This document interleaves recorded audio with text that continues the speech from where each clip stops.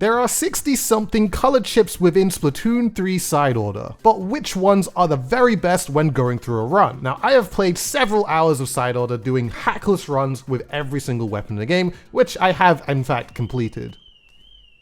And I have become very acquainted to know which abilities have the most value compared to the rest. So that is what we're going to be doing today. We're going to be ranking all the color chips within Splatoon 3 side order. But before we do that, I have one message to say. Now, if you guys didn't know, I love having wireless audio technology.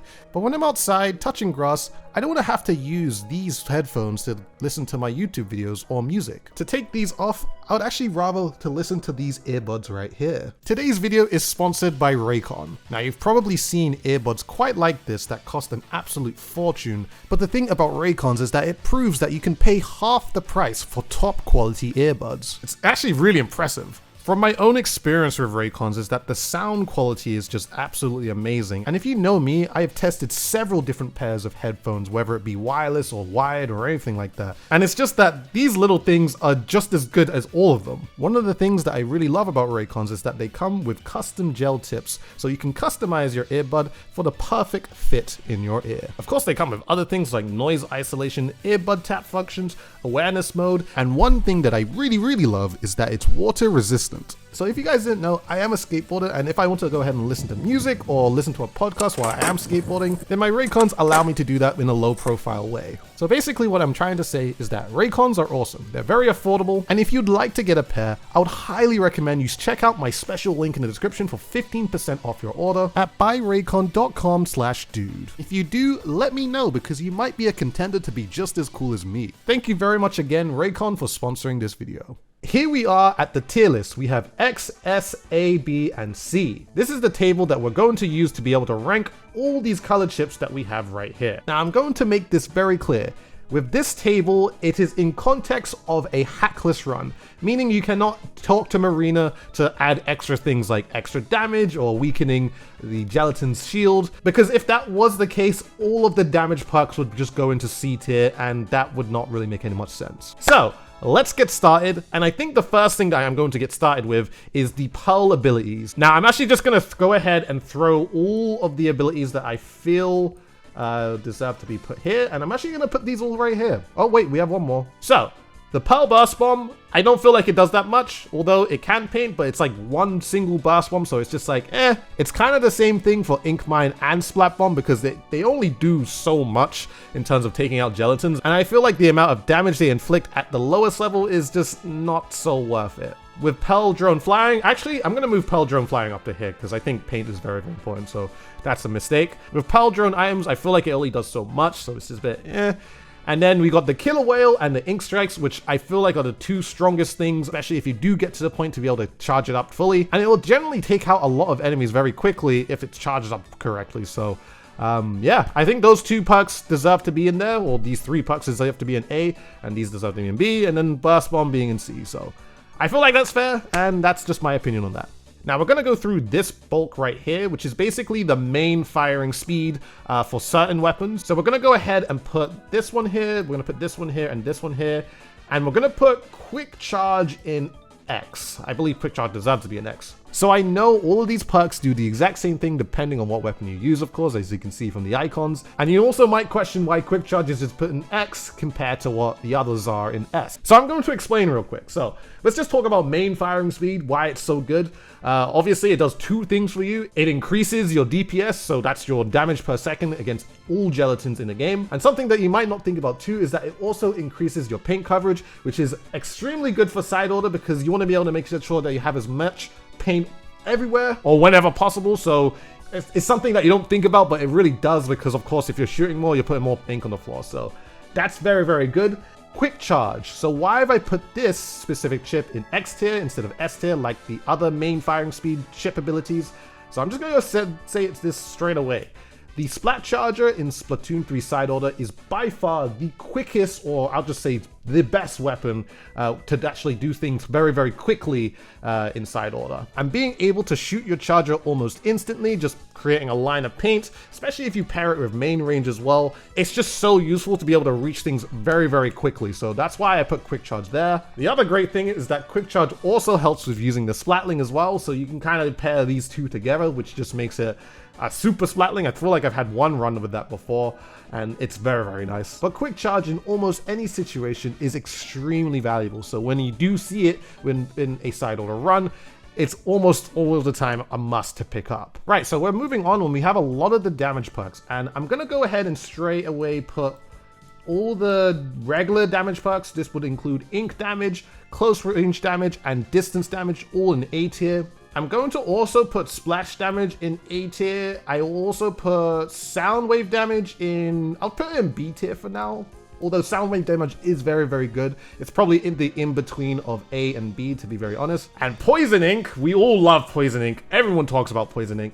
I'm gonna put poison ink straight away in X tier. Right, so my reasoning for ink damage, close range damage, and distance damage, and of course splash damage as well for explosions. Damage is good. Like, honestly, there's not really much to say, but like increasing your damage is very, very nice. Although the thing about these specific perks, I feel like they only really work well when you have a lot of them. So like, 1 or 2 is just like, you know, it's nice, but you kind of want to have like 3 or 4 or 5 or 6, something like that, to really feel the impact of the damage there. And I also feel like these perks don't really get super enabled unless you have other things as well. So it's not really something that is just enabled by itself. But like when you have other things to assist it, it's just like, yes, all right, things are working now. I mean, splash damage, honestly, if you're using Lunar Blaster, that would probably do a whole lot more, or you're using the Tri-Stringer's explosion rounds and all that type of stuff, that will do a whole lot more too. But again, I feel like you need a lot of these to really feel the impact of them. Sound wave damage though, honestly, I really, really like sound wave damage, but I'm gonna put it in B rank because it's something that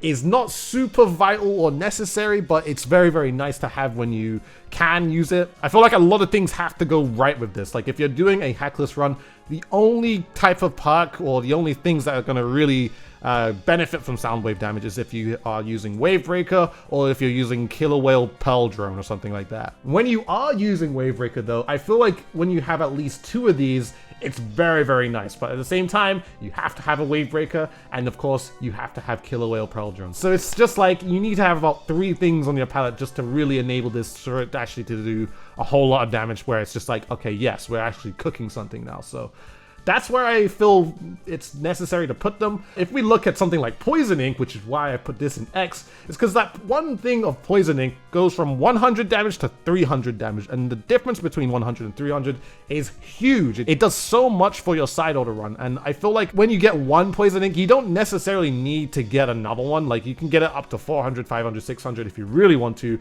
but even then, 300 is also just so much already. So it's just like, just getting one Poison Ink already just includes so much value for your run. So that is why I'm going to put Poison Ink into X tier as well, and I'll be very much happy with that. Right, so we have a bunch of the efficiency perks, and I'm just going to put where I feel like things are necessary. So I'm going to put Ink Recovery in A because it's never bad. I'm also going to put Main Saver in A because it's never bad to have. I'm going to put Splat Ink Recovery in S.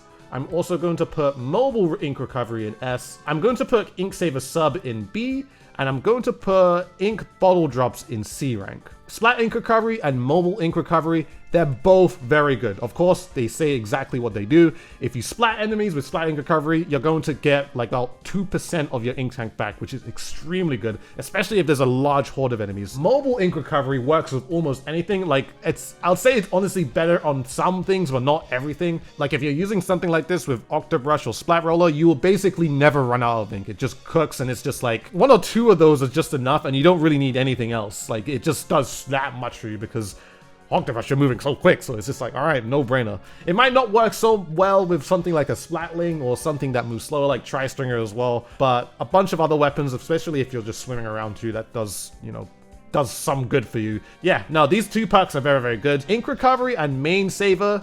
Of course, Ink Recovery, 25% Ink Recovery is very, very good. Main Saver is also very, very good. These 2 perks are basically in the line of, it's not bad to have. And especially if you are desperate for ink efficiency, if you're using something like the Lunar Blaster, I should definitely say, you're definitely going to need some of this, or even Splat Dualies as well. So it's kind of the perk where it's just never bad to have, especially if you're desperate. So it's all really, really good. Ink Saver Sub, I put this in B because I feel like not all the time you're going to be using your sub weapon unless you're doing a specific sub weapon run, which that would need to be an X at that point because you're definitely going to need that. But just in a general run where you're using your main weapon more, I don't feel like the sub weapon is going to be super useful, especially if you might have other things like Killer Whale Drone or basically just Pearl in general just to help you out. And that's why I decided to put it in B, because I just don't feel like it's something that is going to be super necessary for you to have. But it's, of course, never bad to have. Ink Bottle Drops. Now, Ink Bottle Drops aren't unlocked unless you unlock it yourself. It can be helpful. I'm not going to say, like, deny that it won't be helpful for you, especially if you're taking out a large horde of enemy. And, of course, if you feel like you need ink at any second. But I just feel like if there are other things that are more useful for you, like everything above this, I'll pick all of these above Ink Bottle Drops at the same time. It's just the thing of like, it's good, but it's just like, you don't really need it. And there's probably much more valuable perks that you can use in comparison to this. So that's just why I put it in C. Right, so here we have a bulk of very unique perks that could be helpful for you or not so helpful for you. So let's go through it. So I'm gonna go ahead and put this in X. Obviously, we're putting this in X. I'm gonna put this in S. I'm gonna put knockback, put this around here. I'm gonna put this in here. I'm gonna put shot spread in C. I'm gonna put homing shots in B. And I'm gonna put Brella recovery time in C. So shot spread, I put right at the bottom. And reason being is because you really don't need it. Like maybe there's that very niche occasion where, okay, you're using splat dualies and you want it to be more accurate. But even then, if we're talking realistically, the hitbox for all the gelatins are quite large. And if you have your shot spread or crosshair in a general direction of that enemy, you're probably gonna hit it anyway. Like, there's not really too many reasons for why I'm just like, okay, you need to have shot spread. You really don't need to have shot spread at all. And on top of that, it's just like, there's a lot of weapons in the game where it's just like, you don't even really need to use it. Like Charger, Tri-Stringer, Splatoon, Stamper, Roller. It's just like, why would you need it? Brother Shield recovery time. Now, I'm just gonna straight up say, I don't think this perk is bad at all.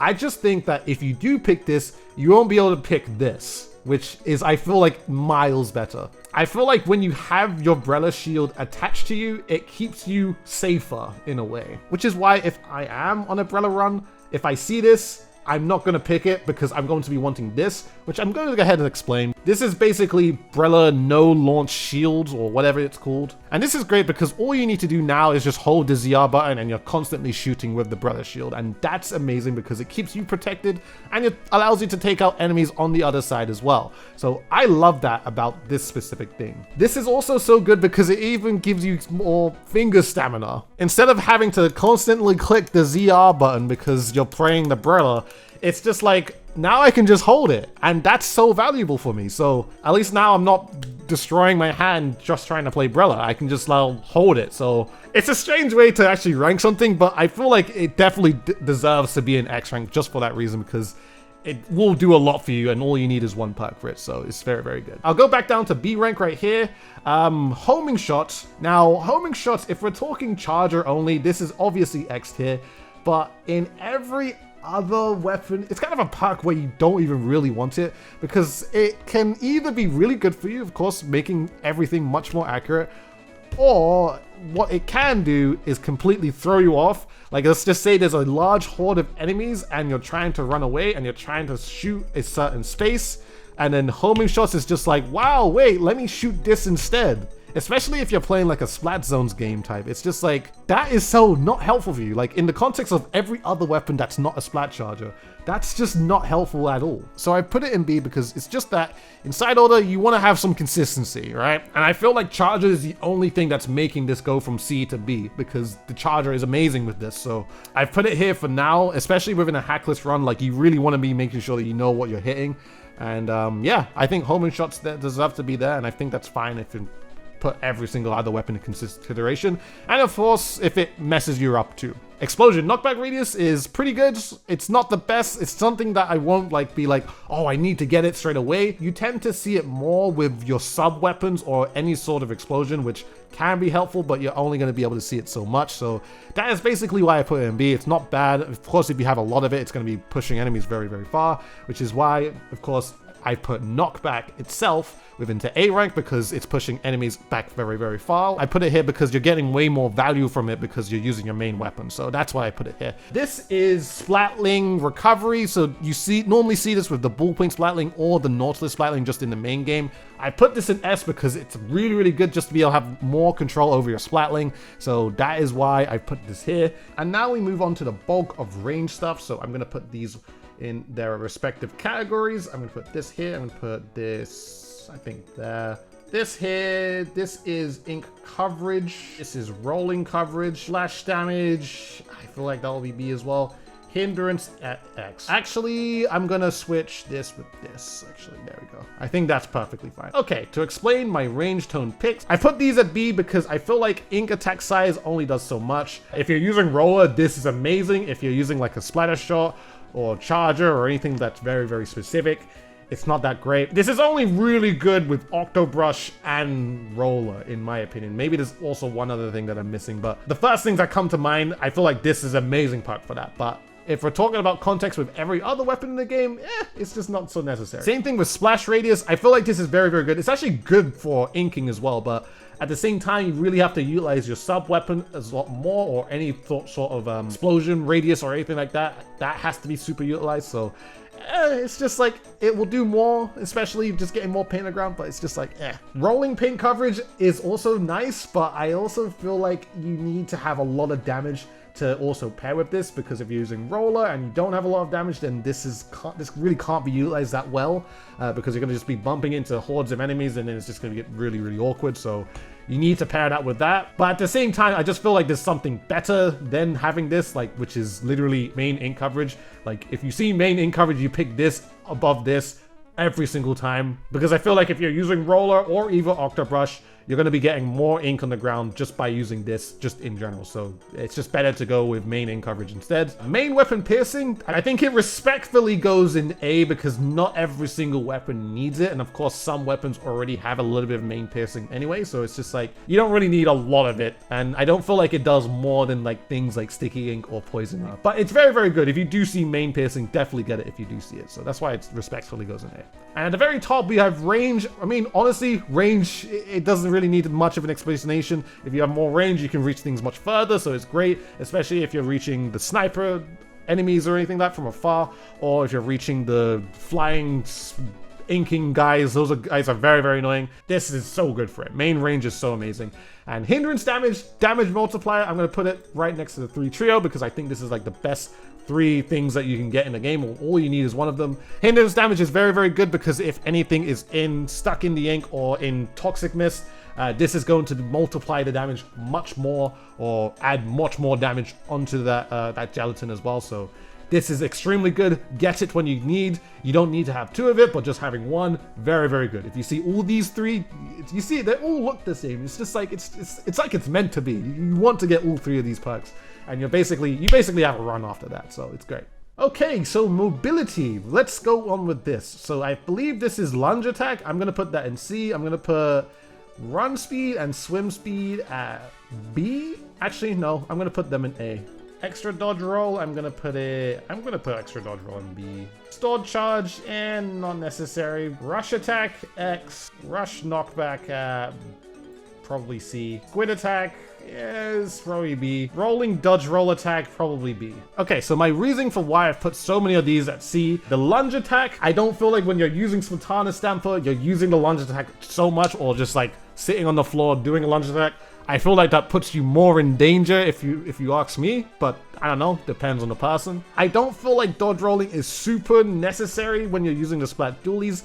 In fact, it might actually hinder you more because it makes you slower, or it makes you stuck in that turret mode. And let's just say that there's enemies coming from either side, that might get you killed. So that's basically why I put this in B. Although if you get extras, of course you can roll even more, but just having that moment of just sitting still, it can be very, very dangerous. So I mean, with good positioning, you can use it well. With bad positioning, most of the time, it might get you killed. Rush attack knockback, Not super necessary. Only some things are very, very good with it, but not all of the stuff. There's also a better perk for this as well, so and I'll mention that eventually. Quick store charge, I don't even feel like you need it, especially when using charger, because if you're just using quick charge, it's just going boom, boom, boom anyway, so it doesn't really matter.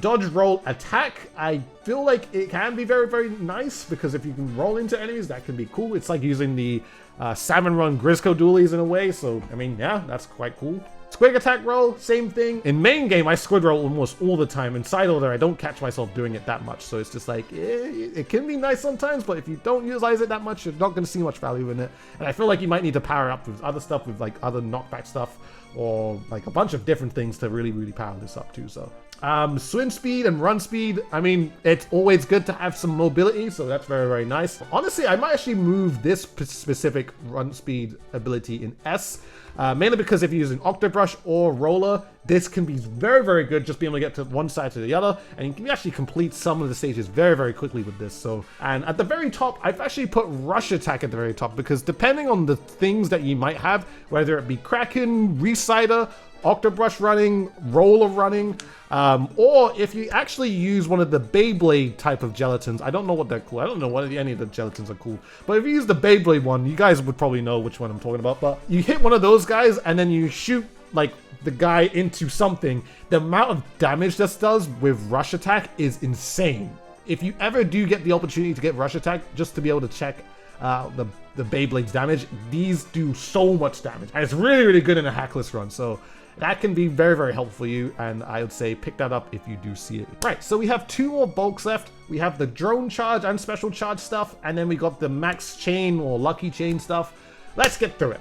Okay, so I'm gonna put this in B, I'm gonna put this in B, I'm gonna put this in A, this in A. Mobile special charge, I will put this in, I think I'll put it in A, and then I'll also put special charge in A as well. I'm gonna put can special drops in X, and I'll put drone charge in B. Right, so here's the stuff that I put in B. I only put 3 of them. Drone charge is good, of course, in terms of like just adding an extra point to be able to fill up your drone, but I feel like you really need a lot of these for it to actually feel like there's a difference. It's just okay. Same with this one as well. This is tough drone charge. Like you really need a lot of these to actually feel the difference of a drone charge. Drone battery, I feel like is very, very good as well, but like it depends if you have it or not.